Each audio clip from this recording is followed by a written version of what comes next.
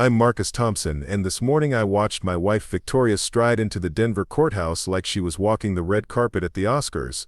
Her arm was linked with her divorce attorney Harold Brennan, a man whose reputation for dismantling wealthy husbands preceded him like a storm cloud. Victoria's laugh echoed off the stone columns, sharp and victorious, as if she'd already cashed the check she believed was coming. She turned to me one last time before entering the building, her emerald eyes gleaming with malice. Before we jump back in, tell us where you're tuning in from, and if this story touches you, make sure you're subscribed, because tomorrow I've saved something extra special for you. Hope you enjoyed being rich, Marcus, she whispered, her voice dripping with venom, because by noon half of everything you own will be mine. I adjusted my charcoal suit jacket and watched her click away in those $1,000 heels, the sound reverberating like gunshots in my chest. What Victoria didn't know was that 3 years ago, when love still blinded me to red flags, I had insisted on something she'd completely forgotten about, something that would turn her smug confidence into devastating silence.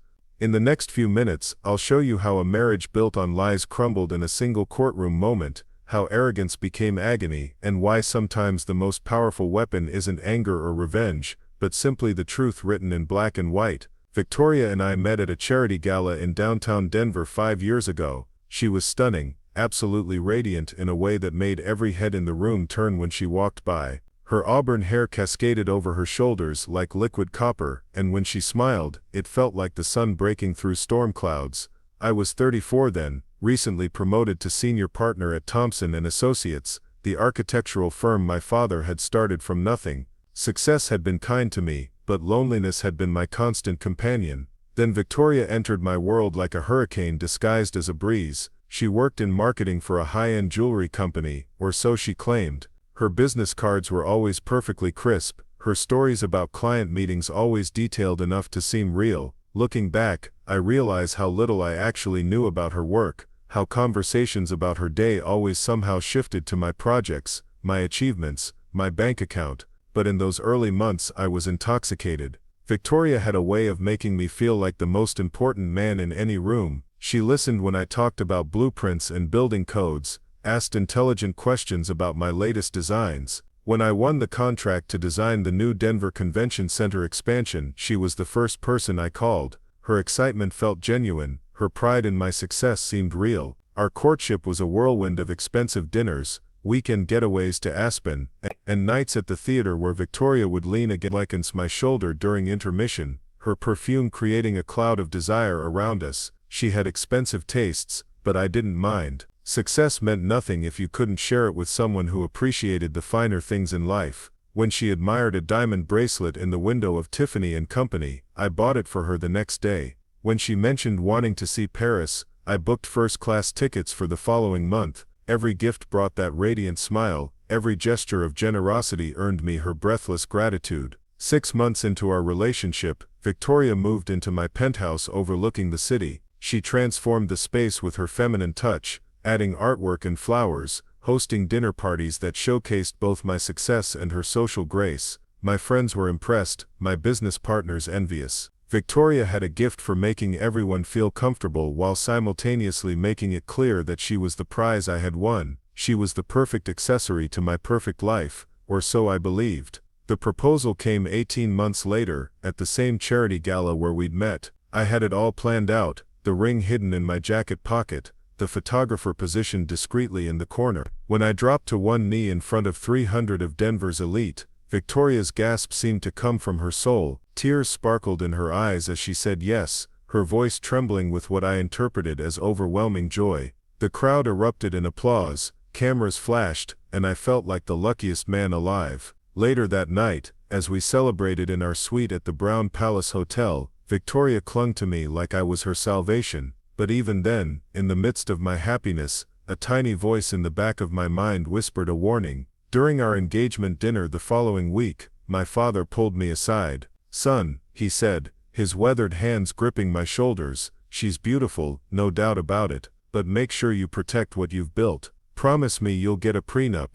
I bristled at the suggestion. How could I ask the woman I loved to sign a document that essentially planned for our failure? Victoria had never shown any interest in my money beyond appreciating the lifestyle it provided. She loved me for who I was, not what I owned. At least, That's what I told myself. The prenup conversation happened 3 weeks before our wedding. I approached it delicately, explaining it as something my lawyer insisted upon, a formality that would protect both of us. Victoria's reaction surprised me. Instead of being offended or hurt, she waved it off dismissively. "Of course, darling," she said, barely glancing at the thick document my attorney had prepared. "Whatever makes you feel secure. I'm marrying you, not your portfolio." She signed it that very evening, her signature flowing across the pages like she was autographing a photograph. Her casual attitude about the whole thing actually made me feel guilty for bringing it up.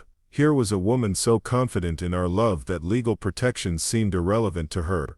Our wedding was everything Victoria had dreamed of, and more. 400 guests at the Denver Botanic Gardens, an orchestra flown in from New York, flowers that cost more than most people's cars. Victoria looked like a princess in her custom Vera Wang gown, and when we exchanged vows under the rose arbor, I genuinely believed we were beginning a fairy tale. The reception lasted until dawn, with Victoria dancing in my arms as if we were the only two people in the world. Our honeymoon in the Maldives was pure bliss, 2 weeks of crystal clear water, private beaches, Victoria's head on my chest as we watched the sunset paint the sky in impossible colors. For the first year of our marriage, everything seemed perfect. Victoria settled into the role of architect's wife with apparent ease. She redecorated our home again, this time with an unlimited budget that she used to create magazine-worthy spaces. She hosted dinner parties for my clients, charity events for causes she claimed to care about, gallery openings where she sparkled on my arm like the most expensive jewel in the room.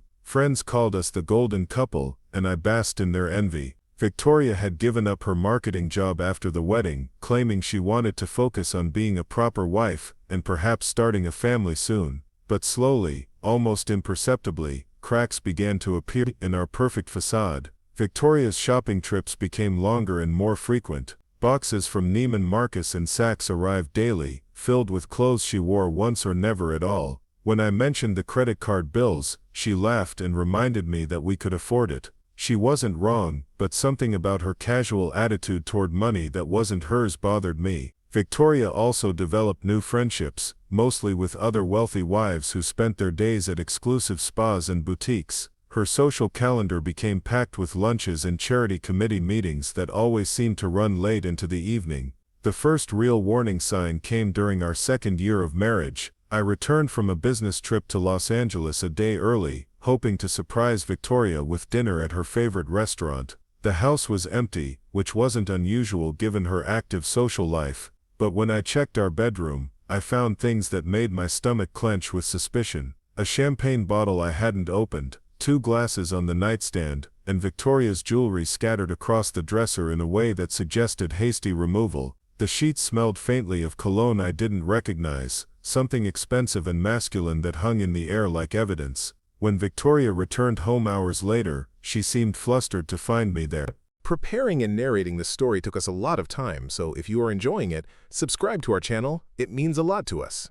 Now back to the story. Her explanation was rushed and unconvincing. She'd been at a charity planning meeting that ran late, then grabbed drinks with some of the other committee members. The champagne and glasses. She'd been trying to decide what to serve at our anniversary party next month, and had been taste testing options. The cologne smell. One of her committee members had been wearing something strong, and the scent must have clung to her clothes. Every answer came too quickly, too polished, as if she'd rehearsed them during her drive home. I wanted to believe her. Marriage requires trust, and I wasn't ready to admit that the woman I'd pledged my life to might be lying to my face. So I pushed down my suspicions, and chose to focus on our upcoming anniversary instead. Victoria threw herself into planning the party with renewed enthusiasm, as if the celebration could somehow repair whatever was fracturing between us. The event was spectacular, held at the Denver Art Museum with a guest list that read like a who's who of Colorado society. Victoria glowed that night, radiant in a gown that cost more than most people's wedding budgets, accepting compliments and congratulations, as if she were the artist behind our successful marriage. But even as we danced and smiled for the cameras, I couldn't shake the feeling that I was performing in a play where only Victoria knew all the lines. Her touches felt calculated, her kisses staged for our audience. When she whispered, "I love you" in my ear during our anniversary dance, the words felt hollow, like echoes in an empty room. That night, Lying in bed beside my sleeping wife, I made a decision that would prove crucial months later. I started paying attention, really paying attention to the details of our life together. The pattern became clear once I knew what to look for.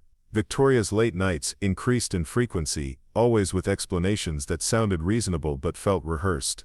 Her phone, once casually left around the house, became permanently attached to her hand, screen always facing down when she set it aside. She developed a sudden interest in weekend trips with her girlfriends, spa retreats, and shopping excursions that required her to be unreachable for hours at a time. When she returned from these trips, she seemed energized in a way that had nothing to do with relaxation and everything to do with excitement. The changes in Victoria were subtle but unmistakable to someone watching closely. She started working out more intensively, hiring a personal trainer who came to our home gym 3 times a week. Her wardrobe evolved too, becoming more daring, more attention-seeking. The conservative elegance that had first attracted me gave way to plunging necklines and shorter skirts that showcased her figure in ways that seemed designed to catch eyes other than mine. When I complimented her new look, she brushed off my attention as if my opinion no longer mattered. Victoria also began questioning our financial arrangements more frequently. She'd always had access to our joint accounts and credit cards, but now she started asking about my business accounts, my investment portfolios, the trust funds my father had established. Her questions were casual, woven into dinner conversation or pillow talk, but they all pointed in the same direction. She wanted to understand exactly how much we were worth, and how it was all structured. When I deflected or changed the subject, she'd pout playfully and call me paranoid. But I noticed she never actually dropped the topic entirely. Our intimate life suffered as well. Victoria became distant, distracted, as if her body was present but her mind was elsewhere. She started finding excuses to avoid physical closeness, claiming headaches or fatigue that conveniently disappeared the moment she left the house. On the rare occasions when we did make love, it felt mechanical, like she was going through the motions out of obligation rather than desire. Afterward, she'd turn away immediately, reaching for her phone or making excuses to leave the bedroom. The woman who had once melted in my arms now felt like a stranger sharing my bed. The breaking point came on a rainy Thursday evening in November. Victoria had told me she was attending a charity auction with some friends from the country club, an event that was supposed to last until late evening. But as I drove home from a client dinner around 9 o'clock, I spotted her car in the parking lot of the Four Seasons Hotel downtown. My heart hammered against my ribs as I pulled into the garage across the street, my hands shaking as I called her phone. It went straight to voicemail, just as it had the last 3 times I'd tried to reach her that day. I sat in my car for 2 hours, watching the hotel entrance like a private investigator in a noir film. When Victoria finally emerged, she wasn't alone. The man beside her was tall and lean, wearing an expensive suit that couldn't hide his predatory smile. He was younger than me, probably in his early 30s, with the kind of effortless confidence that came from never having to work for anything in his life. They walked close together, her hand resting on his arm in a gesture of intimacy that felt like a knife between my ribs. At the valet stand, he kissed her goodbye, not a peck on the cheek, but a real kiss, passionate and possessive. Victoria drove home that night, unaware that her secret had been exposed. I was already in bed when she slipped in beside me, her hair smelling of expensive shampoo and that same strange cologne I'd noticed months earlier. She whispered that the auction had been lovely but boring, that she'd missed me terribly, that she was exhausted and just wanted to sleep. Every word was a lie, and we both knew it, though only I was willing to admit the truth. I lay awake all night listening to her breathe, wondering how long she'd been living this double life, and how I'd been blind to it for so long. The next morning, I hired a private investigator named Sarah Chen, a former FBI agent, who specialized in marital infidelity cases. I felt sick doing it, like I was betraying my own marriage, but I needed to know the truth. Sarah was professional and discreet, promising me detailed reports without judgment or editorial commentary. Within a week, she had a name for Victoria's lover and a timeline that made my stomach turn. His name was Brandon Walsh, heir to a Colorado mining fortune, and exactly the kind of man who collected other men's wives like trophies. According to Sarah's research, Victoria had been seeing him for almost 8 months, their relationship beginning just weeks after our second anniversary party. The photos Sarah provided were devastating in their clarity. Victoria and Brandon at expensive restaurants, holding hands across candlelit tables, Victoria and Brandon entering and leaving hotel rooms at all hours of the day. Victoria and Brandon shopping together, him buying her jewelry and clothes that I'd assumed she'd purchased herself. The timeline of their relationship corresponded perfectly with Victoria's behavioral changes, her new workout routine, her mysterious absences, her growing interest in our finances. Everything I'd attributed to her personal growth was actually evidence of her betrayal, but the most damaging photos were the ones taken at Brandon's downtown loft. Sarah had used a telephoto lens to capture Victoria through the floor-to-ceiling windows, and what I saw there destroyed any remaining illusions about my marriage. Victoria wasn't just having an affair, she was living an entirely separate life. In Brandon's space, she moved with a familiarity that spoke of frequent visits. She cooked in his kitchen, lounged in his living room, wore his shirts like a teenager in love. The woman in those photos was uninhibited, joyful, alive in ways I hadn't seen her in months. She was herself with him in ways she had never been with me. Sarah's investigation revealed more than just an affair. She'd traced credit card receipts, hotel registrations, and restaurant reservations that painted a picture of a relationship funded largely by my money. Victoria had been using our joint accounts to finance her betrayal, paying for hotel rooms where she met her lover, expensive gifts she gave him, romantic dinners where they planned their future together. The irony was cruel. I was unknowingly bankrolling my own humiliation. The final piece of evidence came in the form of recorded conversations. Sarah had been following Victoria and Brandon for weeks, and during one of their public meetings at a coffee shop downtown, she'd managed to capture their discussion with sensitive audio equipment. What I heard on that recording changed everything I thought I knew about my wife, and our marriage. Victoria wasn't just cheating on me, she was actively planning to destroy me. The prenup is ironclad. Victoria's voice crackled through the speakers in Sarah's office. Marcus made me sign it before the wedding, thinking he was so clever. But he forgot one crucial thing. Her laugh was bitter, nothing like the musical sound I'd fallen in love with. Colorado law trumps everything when it comes to marriage. Here told us, property acquired during the marriage. Yeah. That prenup only protects what he had before we got married. Yeah.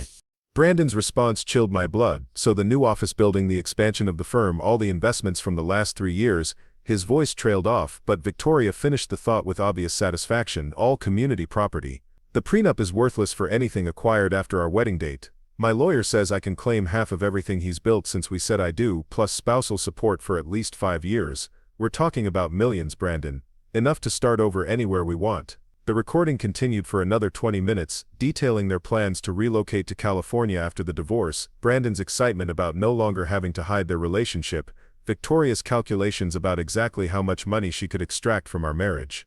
They talked about me like I was a business transaction, a problem to be solved rather than a human being they were destroying. Victoria even joked about how naive I was, how easy it had been to manipulate me, how she'd perfected the art of being the perfect wife while living her real life elsewhere. That night I listened to the recording 3 more times, each replay driving the knife of betrayal deeper into my chest.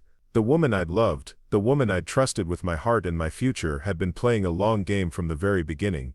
Our entire marriage had been her elaborate con, designed to position herself for maximum financial gain when she inevitably left me for someone else. The prenup I'd thought would protect me had been, in her mind, nothing more than a minor obstacle to navigate around. But as I sat in my study that night, surrounded by architectural plans and building models that represented years of hard work, I realized something Victoria had overlooked. The prenup wasn't just about protecting premarital assets. My lawyer Robert Hayes had been thorough in ways that Victoria and her attorney clearly didn't understand. Every clause had been carefully crafted, every contingency considered. Victoria thought she'd found a loophole, but she'd actually walked into a trap of her own making. Robert had insisted on including specific language about marital misconduct, clauses that would void Victoria's claims to community property in the event of adultery or fraud. At the time I'd thought it was overkill, unnecessary protection against scenarios that would never occur. Now, with Sarah's evidence files sitting on my desk, those clauses represented my salvation. Victoria's affair with Brandon wasn't just betrayal, it was grounds for enforcing the full power of our prenuptial agreement. The next morning I called Robert and scheduled an emergency meeting. His office downtown occupied the entire top floor of a gleaming skyscraper, with views that stretched across the Rocky Mountains. Robert was in his 60s, a silver-haired veteran of countless divorce battles who'd earned his reputation by being prepared for every possible contingency. When I walked into his conference room carrying Sarah's evidence file, his expression told me he'd been expecting this call for months. "Marcus," he said, settling into his leather chair with the weariness of a man who'd seen too many men.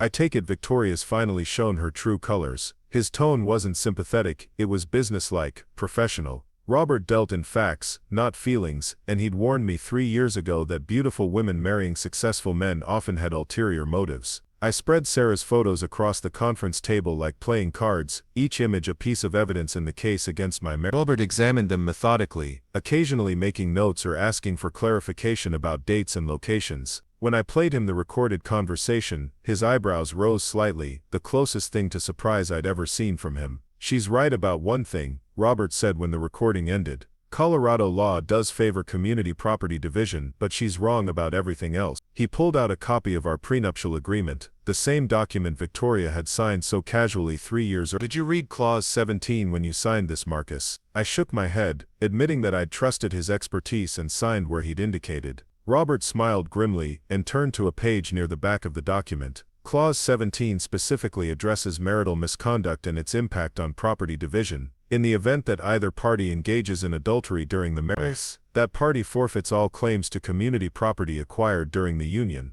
The words swam before my eyes as I read them. Victoria's elaborate plan to claim half of everything I'd built was doomed by her own actions. The affair she thought was hidden would become the very evidence that destroyed her legal position. But Robert wasn't finished with his revelations. Clause 23 is even more comprehensive, he continued, flipping to another page. It includes provisions for financial fraud, misrepresentation, and the misuse of marital funds for extramarital purposes. "Based on what you've shown me, Victoria has violated this agreement in multiple ways. She won't just lose her claim to community property, she could be held liable for reimbursing the Prenup during the estate for funds she's misappropriated." As Robert explained the full scope of the prenup's protections, I felt a mixture of relief and sadness. Relief that my financial future was secure, but sadness that my marriage had deteriorated to the point where such protections were necessary. Victoria had underestimated both my attorney's thoroughness and my own determination to protect what I'd worked so hard to build. Her confidence in her ability to manipulate the legal system was about to be shattered in the most public way possible. Robert began preparing our counterattack immediately. We would let Victoria file for divorce first, allowing her to make her claims and demands publicly.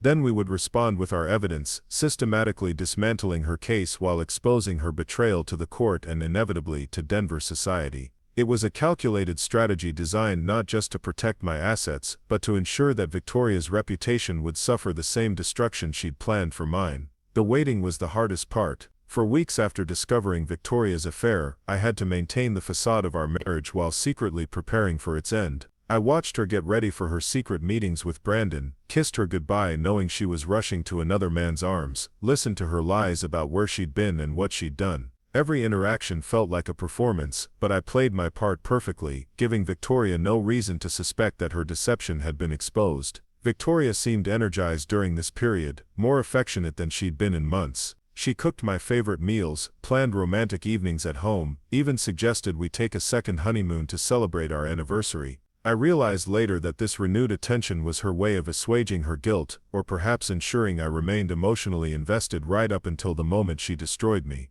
Either way, her increased affection felt like salt in an open wound, a constant reminder that the woman I'd loved had become a stranger capable of calculated cruelty. 3 weeks after my meeting with Robert, Victoria finally made her move. I was in my office reviewing blueprints for a new residential complex when she called, her voice trembling with what sounded like genuine emotion. "Marcus," she said, "we need to talk when you get home tonight.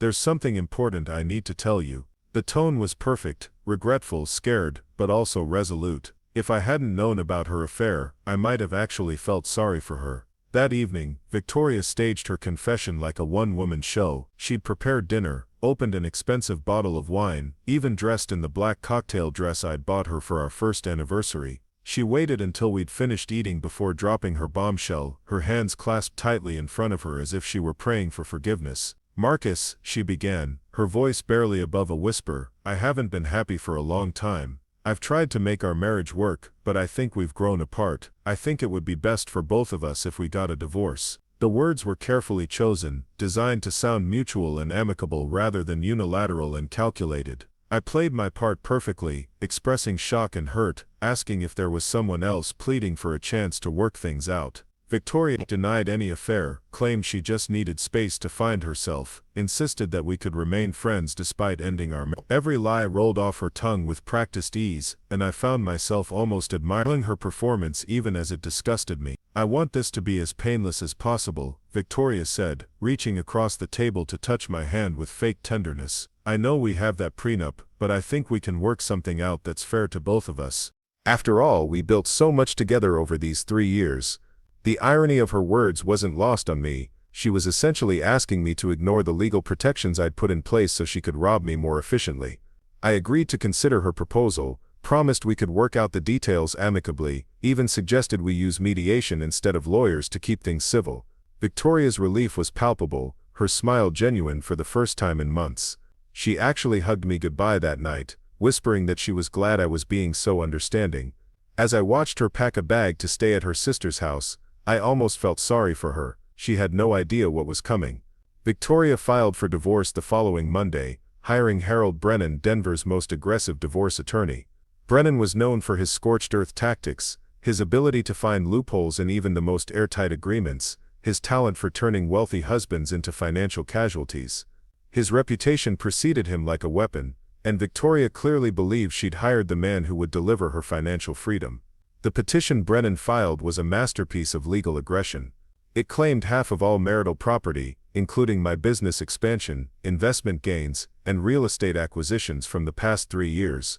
It demanded spousal support for 7 years, use of our marital home until the property could be sold, and coverage of all her legal fees. Most insultingly, it portrayed me as a controlling husband who had manipulated Victoria into signing an unfair prenuptial agreement under duress. Reading Brennan's characterization of our marriage was like looking into a funhouse mirror. According to his filing, I was a manipulative tyrant who had isolated Victoria from her friends, controlled her access to money, and psychologically abused her into accepting a subservient role. Victoria was portrayed as a victim, a naive young woman who had sacrificed her career and independence for a man who never appreciated her contributions to his success. The local media picked up the story within days, turning our divorce into entertainment for Denver society. Victoria played her part perfectly, appearing at charity events looking fragile and brave, accepting sympathy from friends who believed her story of victimization. She gave one carefully worded interview to a lifestyle magazine, talking about the courage it took to leave an unhappy marriage and start over. The photograph showed her looking ethereal and vulnerable, a woman gathering strength to rebuild her life. Meanwhile, I maintained my silence, following Robert's advice to let Victoria make her case before we responded. To the outside world, I looked like exactly what Brennan had accused me of, being a wealthy man trying to avoid his obligations to the woman who had supported his success. Friends began treating me differently, their sympathy tinged with judgment. Business associates grew distant, worried about being associated with a man who might be emotionally abusive. Victoria's public relations campaign was working perfectly, but Robert and I were using this time strategically. We allowed Victoria and Brennan to commit fully to to make claims and demands that would look foolish once we revealed the truth. Every interview Victoria gave, every public appearance where she played the wronged wife, every legal filing that portrayed her as a victim would become evidence of her deception once the real story emerged. The preliminary hearing was scheduled for a Tuesday morning in January.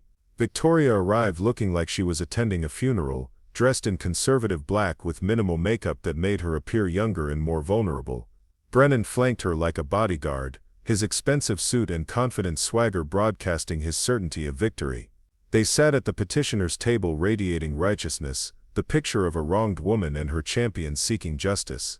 I took my place at the respondent's table with Robert, who had insisted I dress down for this hearing. No expensive watch, no designer suit, just a simple navy blazer and conservative tie that made me look like a middle manager rather than a successful architect. Robert wanted the judge to see me as humble and reasonable, not as the wealthy tyrant Brennan had portrayed in his filings. Judge Patricia Wells called the hearing to order at exactly 9 o'clock. She was in her 50s, known for her no-nonsense approach to family law and her intolerance for theatrics. Wells had presided over some of Denver's most contentious divorces, earning a reputation for fairness tempered by impatience with lawyers who wasted her time. Brennan rose to present Victoria's case with the confidence of a man who believed he held all the winning cards. His opening statement was a masterclass in emotional manipulation, painting Victoria as a devoted wife who had sacrificed everything for a husband who now wanted to discard her like yesterday's newspaper. He spoke passionately about the unfair the moral obligation to shared success, the courage it took for Victoria to seek her rightful place as an equal partner in the marriage. Your Honor, Brennan declared, his voice rising with theatrical indignation, my client signed that prenuptial agreement in good faith, believing she was entering a partnership of equals. For 3 years she devoted herself to supporting her husband's career, managing their home and building the foundation that allowed his business to flourish. Now he seeks to hide behind a document that would leave her with nothing while he retains everything. This is not justice, Your Honor. This is legalized theft. Victoria dabbed at her eyes with a tissue, playing her role perfectly. She looked fragile and betrayed, a woman discovering that the man she'd trusted had planned to abandon her from the very beginning. The gallery murmured sympathetically, and I could see Judge Wells watching Victoria with what might have been compassion. Brennan continued his performance for 20 minutes, systematically attacking every aspect of our prenuptial agreement while building Victoria's case for substantial community property division. He cited recent Colorado cases where prenups had been overturned, referenced legal precedents that favored wives who had contributed to their husband's success, and painted a picture of Victoria as a woman who deserved millions in compensation for her sacrifices. When Brennan finally sat down, the courtroom buzzed with whispered conversations. Victoria's supporters nodded approvingly, convinced that justice was about to be served. Even some of the reporters looked sympathetic to her cause. The narrative was clear and compelling. Wealthy husband tries to cheat devoted wife out of her fair share. Then Robert stood to respond, and the temperature in the courtroom seemed to drop several degrees. He approached the podium with the calm confidence of a man who had spent decades dismantling exactly this kind of emotional theater with cold hard facts. Robert didn't raise his voice or gesture dramatically, he simply opened his briefcase and began pulling out documents. Your Honor, Robert said, his voice steady and professional, before we discuss the division of marital property, I believe the court should be aware of how some of that property has been utilized during this mess. He placed a photograph on the judge's bench, the first of many images Sarah had captured of Victoria and Brandon together. The effect was immediate and devastating. Victoria's face went white, her hand flying to her throat as if she couldn't breathe.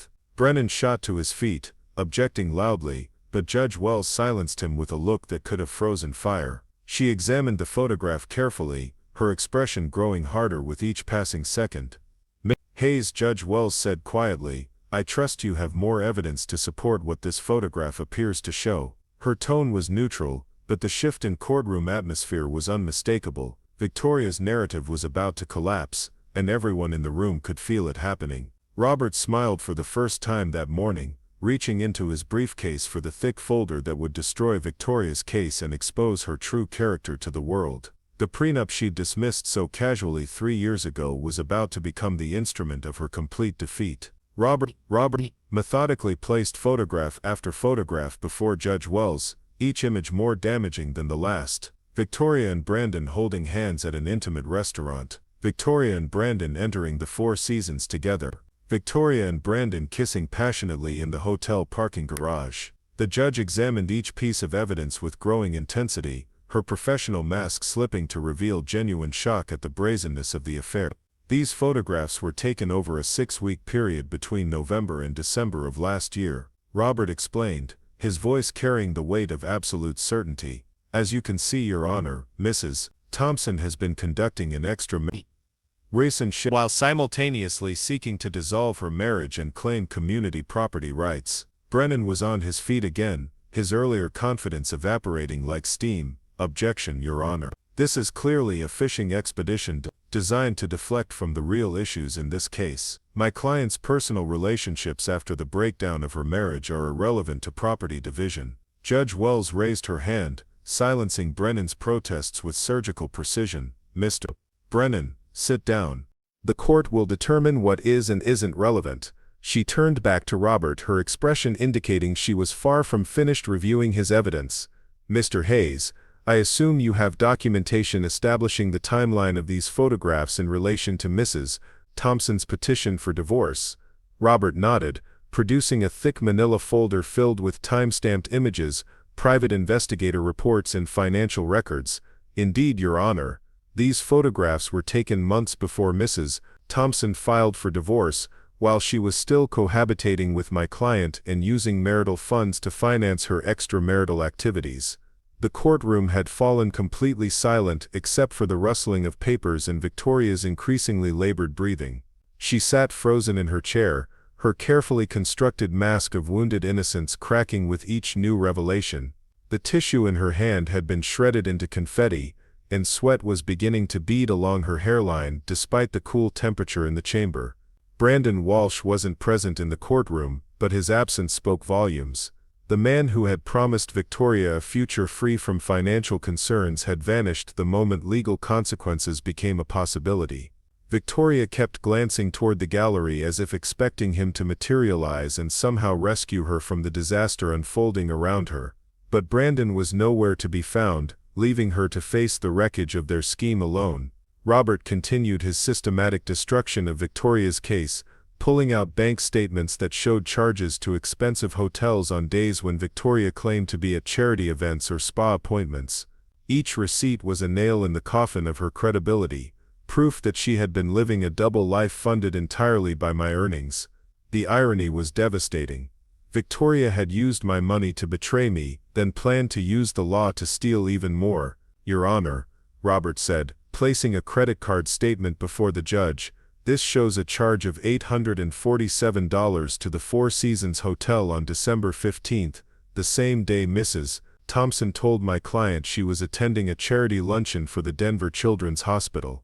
The hospital has confirmed that no such event took place on that date. Judge Wells studied the statement with the intensity of a forensic accountant, cross-referencing dates and amounts with the photographs Robert had provided. Her expression grew darker with each connection she made between Victoria's lies and the financial evidence. This wasn't just adultery, it was fraud on a massive scale, a calculated campaign of deception designed to maximize Victoria's eventual payout. Brennan tried desperately to mount a defense, arguing that marital misconduct was irrelevant to property division under Colorado law, but his arguments sounded hollow in the face of Robert's overwhelming evidence. Every objection he raised was swiftly overruled by Judge Wells, who seemed increasingly irritated by his attempts to deflect attention from his client's behavior. Mr. Brennan, Judge Wells said after his fourth failed objection, your client signed a prenuptial agreement that specifically addresses marriage. May suggest you familiarize yourself with its contents before making further arguments about Colorado law.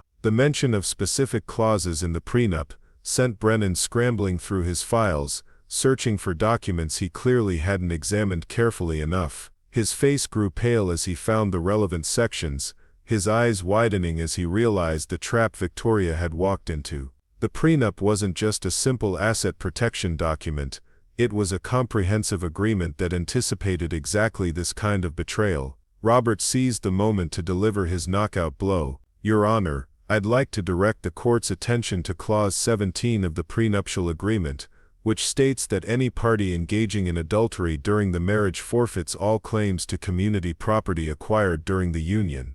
Mrs. Thompson's affair with Mr. Brandon Walsh clearly constitutes a material breach of this agreement. The words hung in the air like a death sentence. Victoria's face went from pale to gray, her hands trembling as she finally understood the magnitude of her miscalculation. The prenup she had signed so casually, dismissing it as a minor formality, contained the very language that would destroy her financial future. Her confidence in her ability to claim half of everything I had built was evaporating with each word Robert spoke. But Robert wasn't finished. He reached into his briefcase once more, producing a small digital recorder that would deliver the final blow to Victoria's case. Your Honor, I also have audio evidence of Mrs. Thompson discussing her plans to circumvent the prenuptial agreement through false claims about community property law. Brennan shot to his feet, his desperation now fully visible. Objection. Any recordings made without my client's knowledge are inadmissible. This is a clear violation of privacy laws. Judge Wells considered the objection carefully before responding. Mr. Hayes, were these recordings obtained through illegal surveillance? Robert shook his head confidently. No, Your Honor. These recordings were made in a public coffee shop by a licensed private investigator using legally available equipment. Mrs. Thompson and Mr. Walsh were speaking loudly enough to be overheard by other patrons. There was no reasonable expectation of privacy. The judge nodded, indicating that Robert could proceed. He activated the recorder, and Victoria's voice filled the courtroom with crystal clarity. The conversation Sarah had captured weeks earlier now played out for everyone to hear, each word another piece of evidence against Victoria's character and credibility. The prenup is ironclad, but Marcus forgot one crucial thing. Victoria's recorded voice declared with obvious satisfaction, "Colorado law trumps everything when it comes to marital property acquired during the marriage. That prenup only protects what he had before we got married." The effect on the courtroom was electric. Gasps echoed from the gallery, where Victoria's supporters began to understand that they had been deceived along with everyone else. Victoria herself seemed to shrink in her chair, as if she could somehow disappear from the nightmare unfolding around her. The confident woman who had strutted into court that morning was nowhere to be found. Yu's voice came through the speakers next, revealing the depth of their conspiracy. Yu's voice here commented during the civilian. So the new office building, the expansion of the firm, all the investments from the last 3 years are all community property. My lawyer says I can claim half of everything he's built since we said I do, plus spousal support for at least 5 years. We're talking about millions, Brandon. Enough to start over anywhere we want. The recording continued for several more minutes, each revelation more damaging than the last. Victoria and Brandon discussed their plans to relocate to California after the divorce. Then, Yu's voice pit. Yu's voice pit. Yu's voice pit. Yu's voice pit. Yu's voice pit. Yu's voice pit. Yu's voice pit. Yu's voice pit. Yu's voice pit. Yu's voice pit. Yu's voice pit. Neodurnia Mulfigdilcum. Mulfigduri. They laughed about my naivety, joked about how easy it had been to manipulate me, and celebrated the wealth they believed would soon be theirs. When the recording finally ended, the courtroom remained silent for several long moments. Judge Wells sat motionless, her expression unreadable as she processed what she had just heard. Victoria stared at the table in front of her, tears streaming down her cheeks as she realized the full extent of her exposure. Brennan shuffled through his papers frantically, searching for some legal argument that could salvage his client's case. Judge Wells finally spoke, her voice cutting through the silence like a blade. "Mrs. Thompson, do you recognize your voice on this recording?" Victoria looked up, her eyes red and swollen from crying. She opened her mouth to speak but no words came out. After several seconds of struggle, she managed a barely audible "Yes, Your Honor." "And do you acknowledge that the statements made on this recording accurately represent your intentions regarding this divorce proceeding?" Victoria's attorney leaned over to whisper urgently in her ear, but she ignored him. The weight of her deception had finally caught up with her, and she seemed to understand that further lies would only make her situation worse. "Yes, Your Honor," she whispered again. Judge Wells nodded grimly, making notes on her legal pad. "Mr. Hayes, please continue with your presentation." Robert had one more surprise waiting in his briefcase: financial records that showed the full extent of Victoria's misuse of marital funds. He produced bank statements, credit card bills, and receipts that painted a comprehensive picture of how Victoria had financed her affair with my money. The amounts were staggering, totaling nearly $50,000 over the 8 months she had been seeing Brandon. "Your Honor," Robert explained, "these documents show systematic misappropriation of marital funds for extramarital." Mrs. Thompson used joint accounts and credit cards to pay for hotel rooms, expensive dinners, jewelry, and other gifts for her lover. Under the terms of the prenuptial agreement, she is liable for reimbursing the marital estate for these expenditures. The financial evidence was overwhelming in its detail. Robert had traced every charge, every withdrawal, every expenditure that could be linked to Victoria's affair.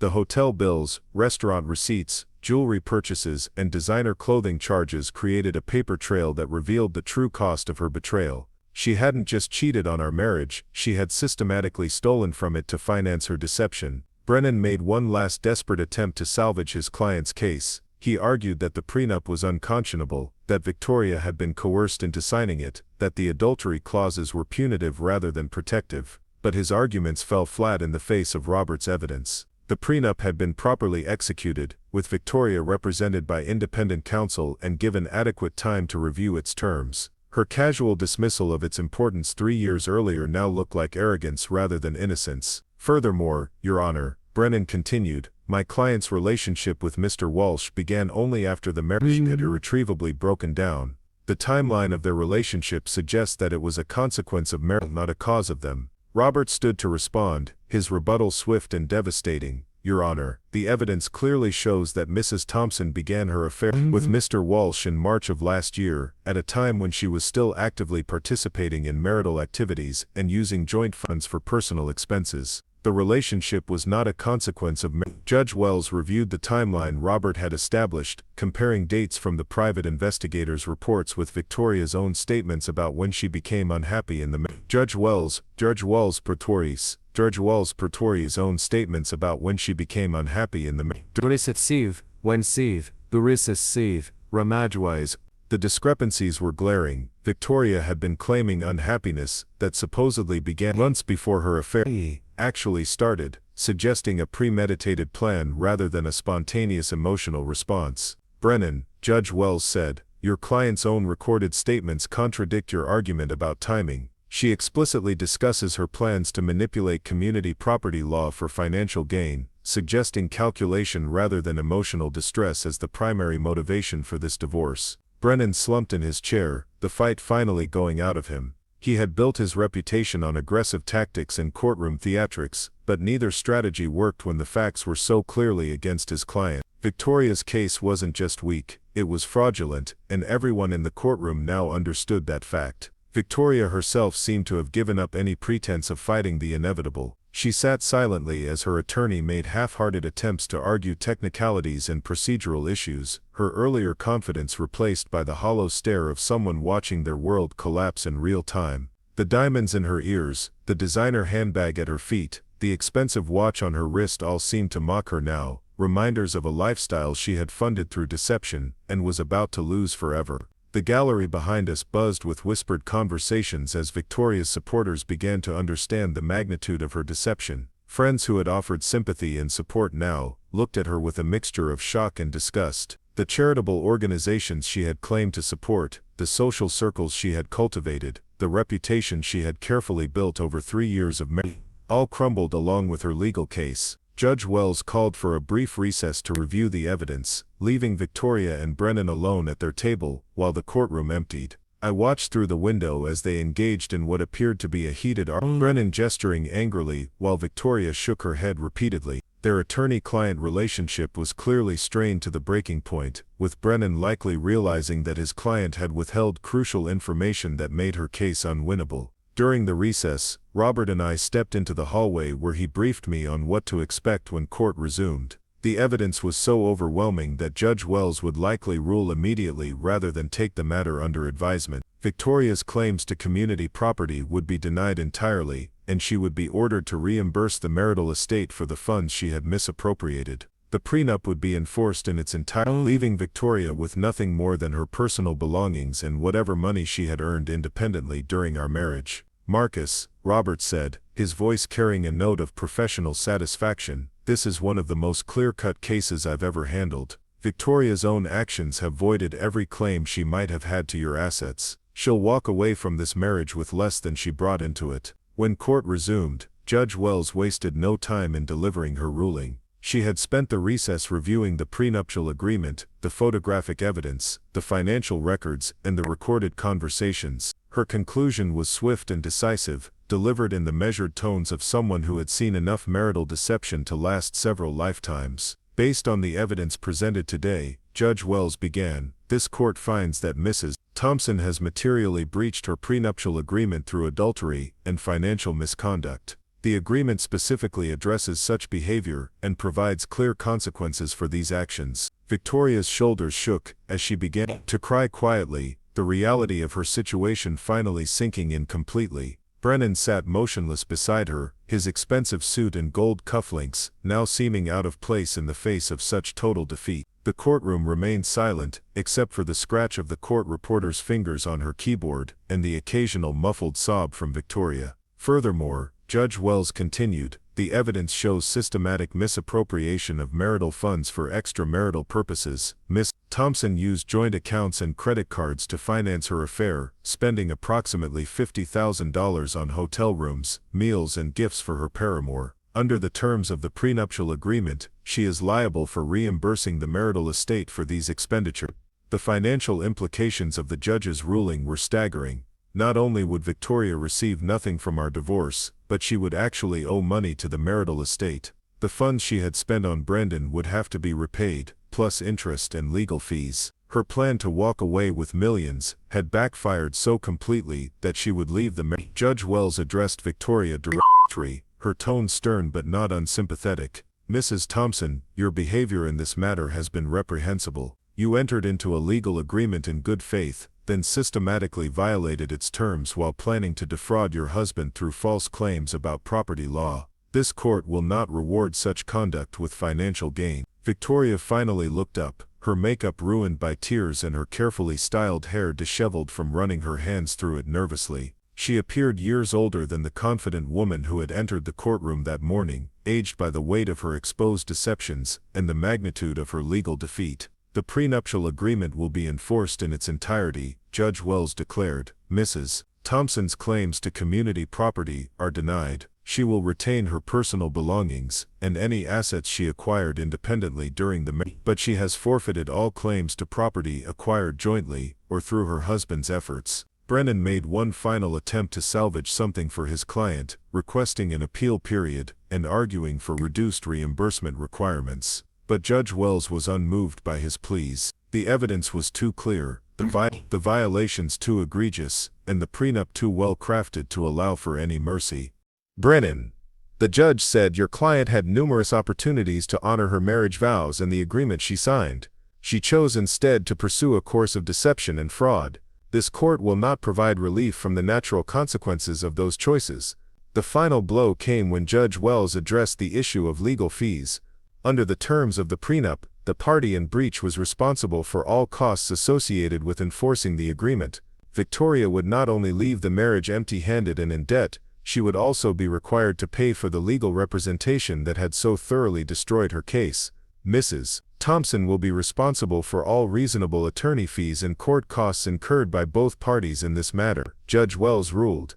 The prenuptial agreement specifically provides for such recovery when enforcement becomes necessary due to material breach.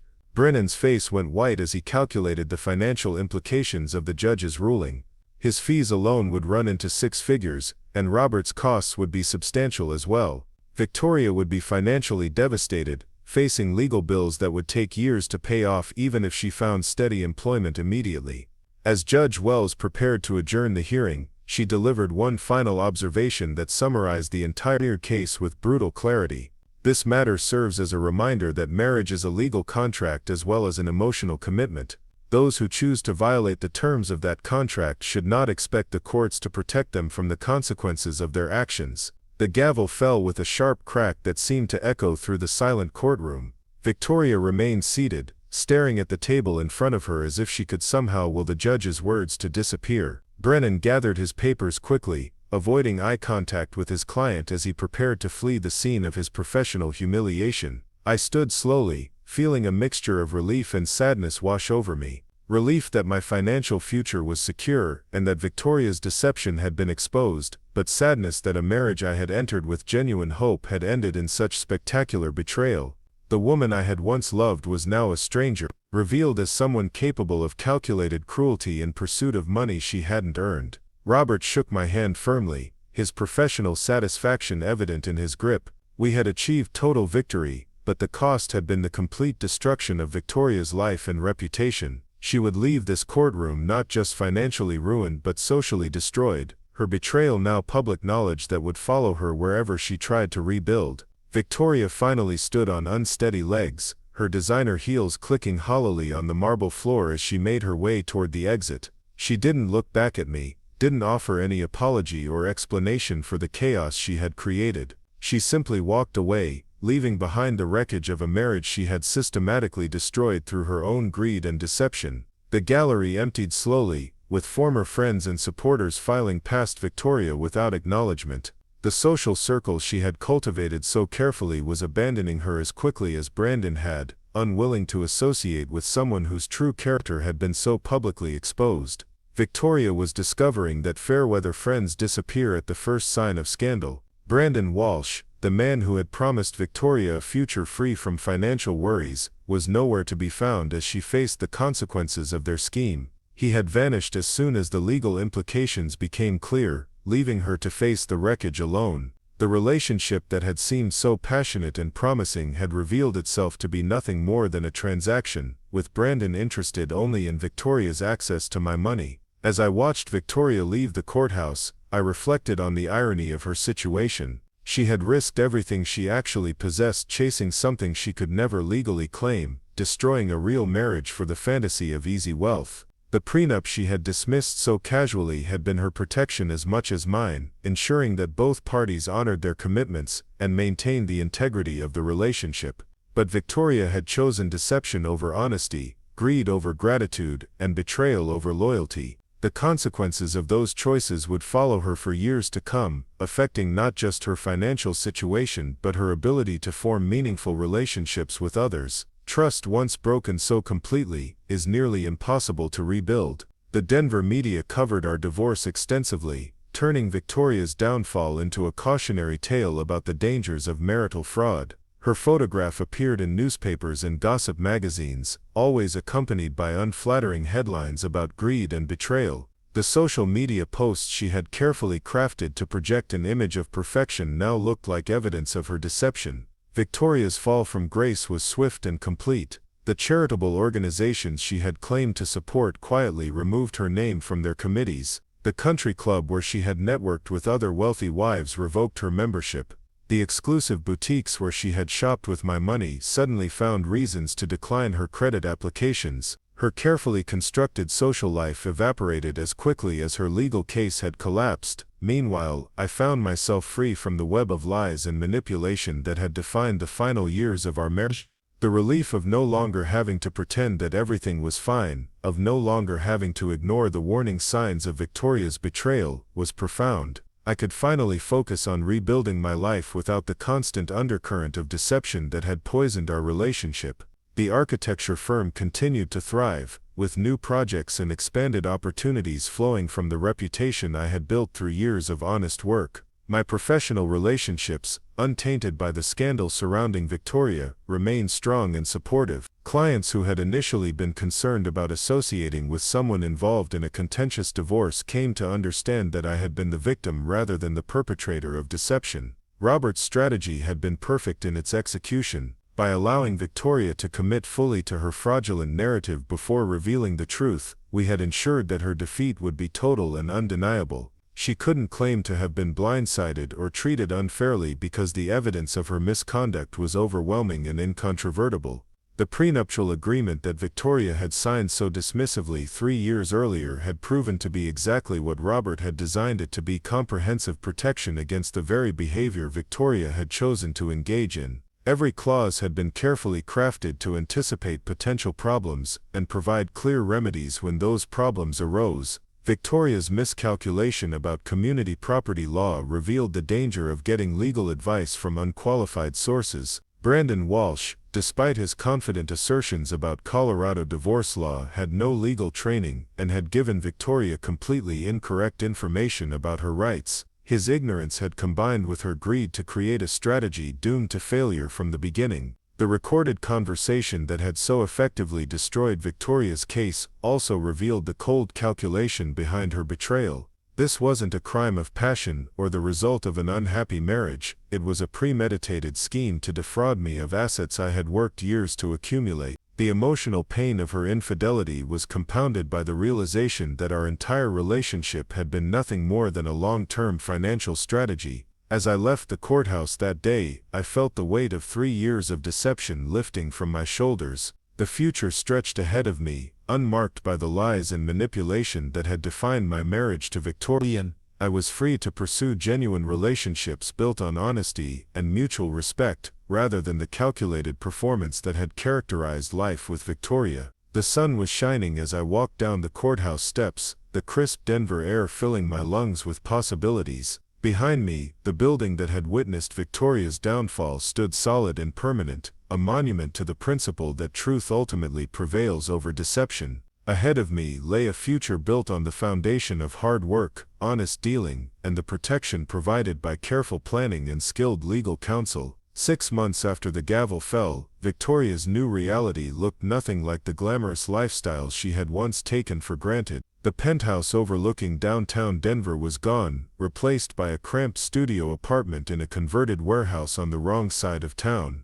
The Mercedes convertible had been repossessed when she couldn't make the payments, leaving her dependent on public transportation and the occasional ride from the few friends who still acknowledged her existence. The financial devastation was even worse than I had imagined it would be. Victoria owed nearly $200,000 in legal fees, a debt that grew larger each month as interest accumulated. Her credit rating had plummeted to the point where she couldn't qualify for a decent apartment lease, forcing her to pay cash deposits that consumed what little money she had managed to save from her part-time retail job at a discount clothing store. The irony wasn't lost on me that the woman who had once sneered at people who shopped at such establishments was now folding sweaters and manning a cash register for $12 an hour.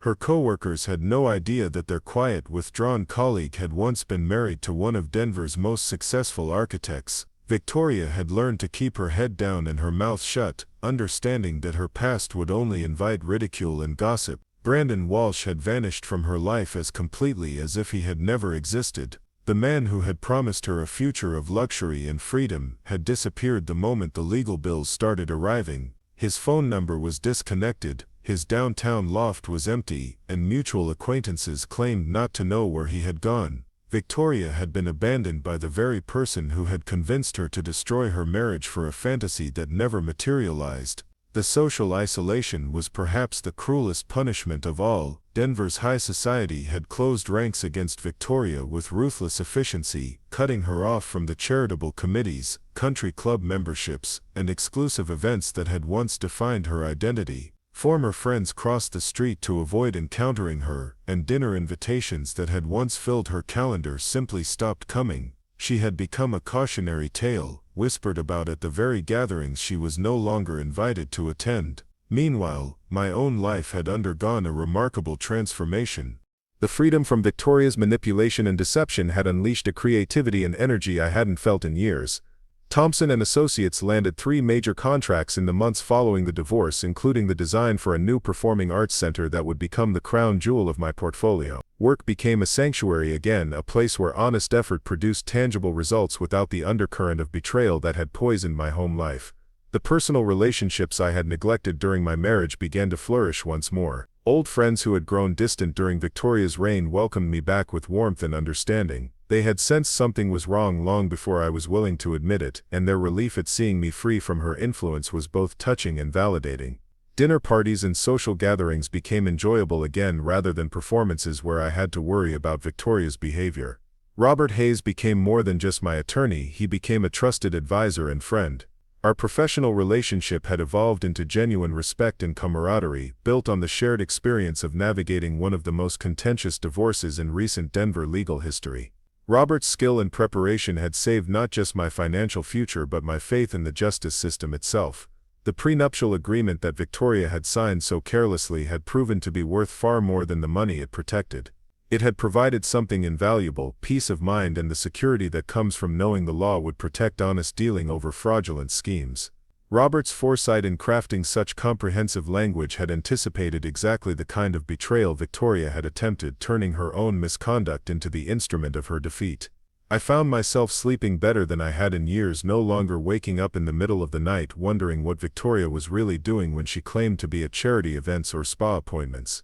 The constant low-level anxiety that had characterized the final years of our marriage was gone, replaced by the calm that comes from living an authentic life without hidden agendas or secret betrayals. The architecture firm expanded into new markets with projects in California and Texas that showcased the innovative designs I had been developing. Success felt different now, cleaner somehow, because it wasn't tainted by the knowledge that someone close to me was planning to steal the fruits of my labor. Every achievement belonged entirely to me and the team that had worked honestly to earn it. Victoria's attempts to rebuild her life were hampered at every turn by the consequences of her choices. Potential employers ran background checks that revealed the details of her divorce and the circumstances surrounding it. Professional references from her previous life were either unavailable or unwilling to vouch for her character after learning about her deception and fraud. The reputation she had spent years building had been destroyed in a single morning of courtroom revelations. Her family relationships suffered as well. Victoria's parents, who had initially supported her decision to seek a divorce, became distant and cold when they learned the truth about her affair and financial misconduct. The daughter they thought they knew had been revealed as someone capable of calculated deception and fraud, and they struggled to reconcile that reality with the person they had raised.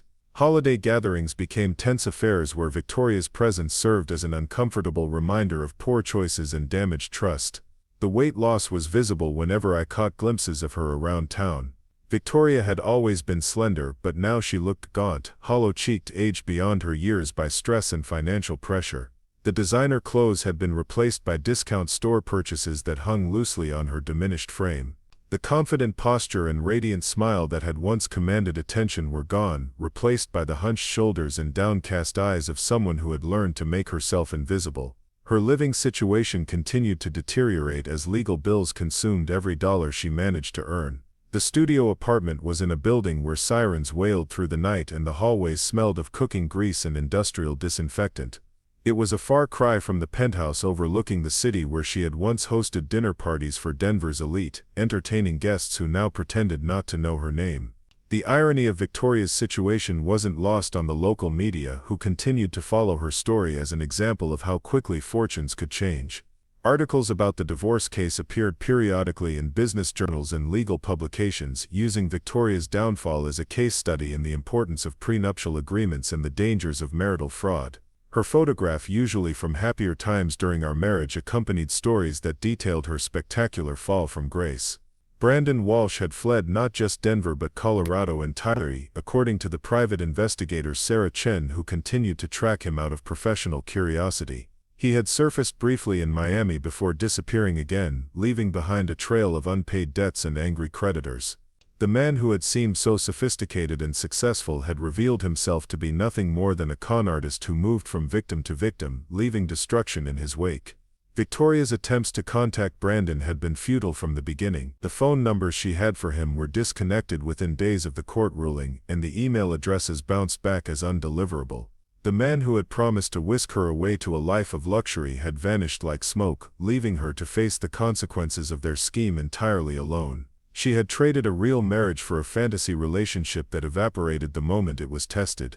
The legal profession had taken notice of the case as well, with Brennan's reputation suffering significant damage from his association with Victoria's fraudulent claims. His aggressive tactics and theatrical courtroom style looked foolish in retrospect, especially when compared to Robert's methodical presentation of facts and evidence. Brennan found himself defending his actions to the State Bar Association and struggling to attract new clients who might question his judgment and competence. My own reputation, meanwhile, had been enhanced by the way I handled the divorce proceedings. Business leaders and potential clients respected the fact that I had protected my assets through careful planning rather than vindictive litigation. The prenuptial agreement was seen as prudent business practice rather than lack of trust, and my restraint throughout the proceedings demonstrated the kind of measured judgment that clients wanted in their architect.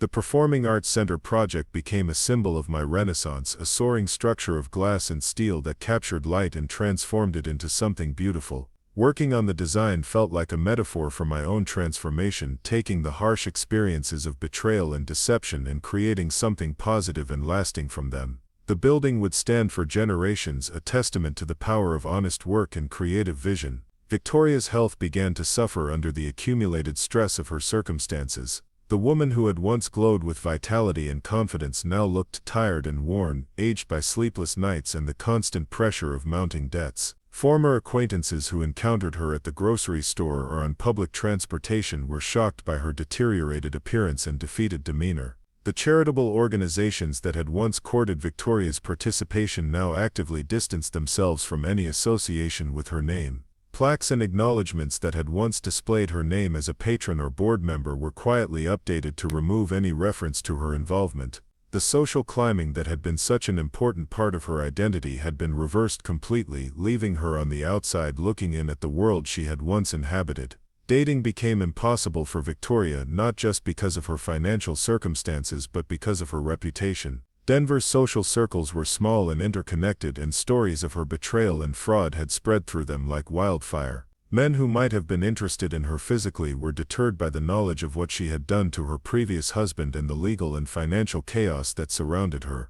The apartment building where Victoria lived was scheduled for demolition to make way for a luxury development, forcing her to search for new housing with even more limited options. Landlords who were willing to accept tenants with poor credit and no references were few and far between, and those who were available typically operated properties in neighborhoods where safety was a constant concern. My own social life had blossomed in ways I hadn't expected. Free from the need to manage Victoria's moods and demands, I found myself accepting invitations I would have previously declined and forming new friendships based on genuine compatibility rather than social obligation. The relief of being able to speak honestly about my experiences without fear of contradiction or retaliation was profound and liberating. The legal bills that Victoria faced were not just a one-time expense but an ongoing burden that would follow her for years to come. The judgment included provisions for interest and collection costs, meaning that the debt would continue to grow even as she struggled to make minimum payments. Bankruptcy might provide some relief, but it would also destroy what remained of her credit rating and make rebuilding her life even more difficult. Winter arrived early that year, and I found myself genuinely excited about the holidays for the first time in years. The prospect of celebrating without walking on eggshells or worrying about Victoria's hidden agendas was incredibly freeing. I hosted a Christmas party at my home, filling it with friends and colleagues who appreciated the warm, honest atmosphere that had been impossible during my marriage. Victoria spent the holidays alone in her cramped apartment, working retail shifts at the discount store where desperate shoppers searched for last-minute bargains. The contrast between her current circumstances and the lavish celebrations she had once hosted was stark and painful, a constant reminder of everything she had lost through her own choices and actions. As the new year approached, I reflected on the journey that had brought me to this point. The pain of discovering Victoria's betrayal had been intense but temporary, while the relief of being free from her deception was lasting and profound. The prenuptial agreement that had protected my assets was just the beginning. The real protection had come from refusing to enable her lies and manipulation any longer. The future stretched ahead with possibilities that hadn't existed while I was trapped in a marriage built on deception. New projects, genuine relationships, and the satisfaction of living authentically were all within reach now that the shadow of Victoria's betrayal had been lifted. The chapter of my life that included her was closed permanently, and the next chapter was mine to write as I chose. Up next, you've got two more standout stories right on your screen. If this one hit the mark, you won't want to pass these up. Just click and check them out.